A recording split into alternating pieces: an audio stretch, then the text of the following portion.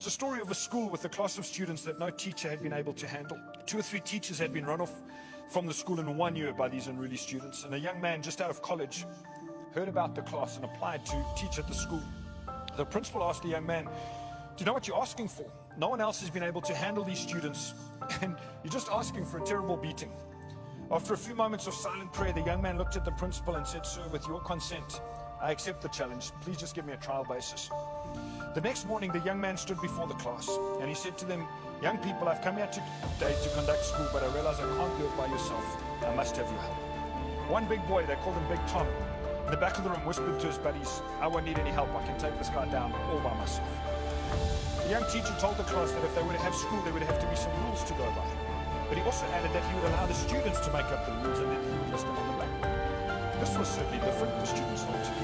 One young man suggested no stealing. Another one shouted out, "Be on time for class." Pretty soon they had 10 rules listed on the board. The teacher then asked the class what the punishment should be for breaking these rules. Someone in the class suggested that if the rules were broken, they should receive 10 lashes with a rod across their back with their coat off. The teacher thought this was pretty harsh, and obviously at an earlier age than ours. So he asked the class if everybody agreed with this punishment, and the class agreed. Everything went along pretty well for the first 2 or 3 days. Then Big Tom came in one day very upset. He declared that someone had stolen his lunch.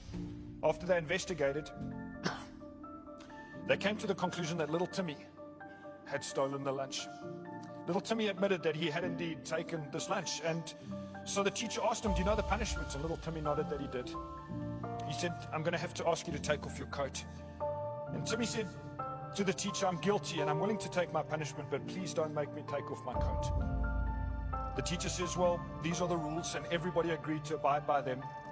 As Timmy began to unbutton this old coat, the teacher saw that he didn't have a shirt on underneath. Even worse, he saw a frail and bony frame hidden beneath that coat. The teacher asked him, "Why did you come to school without a shirt on?" Timmy explained he only had one shirt. His mom and dad were very poor, and today his mom was washing that shirt. The young teacher stood and looked at this frail back, with the spine protruding against the skin and his ribs sticking out, and wondered how he could lay it on that little back. Still, he knew that he had to enforce the punishment or the children wouldn't obey the rules. So he drew back the rod to strike little Timmy. Just then, someone stood up at the back. It was Big Tom. And he said, "Sir, is there anything that says I can't take little Timmy's whipping for him?" The teacher thought about it and agreed. And with that, Big Tom took off his coat and stooped over little Timmy at the desk.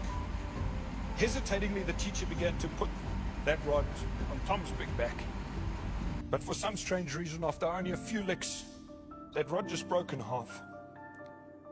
The young teacher buried his face in his hands and began to sob. He heard a commotion and looked up to find not even one dry eye in the room. Little Timmy had turned and grabbed Big Tom around the neck, apologizing to him for stealing his lunch. He begged Tom to forgive him. He told Big Tom that he would love him till the day that he died for taking his beating for him.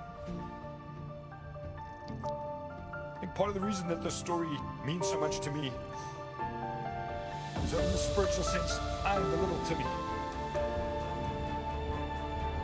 Jesus Christ steps down from perfection in heaven and stoops down over me and takes all the punishment that I deserved. Outside of Christ, I've done far worse than steal a lunch. My hard attitude and my natural self towards God, my selfishness, my pride, my arrogance, all the things I choose to do. Outside of Christ, I'm a wretch, I'm pitiful, poor, blind, and naked. And I deserve eternal punishment for that.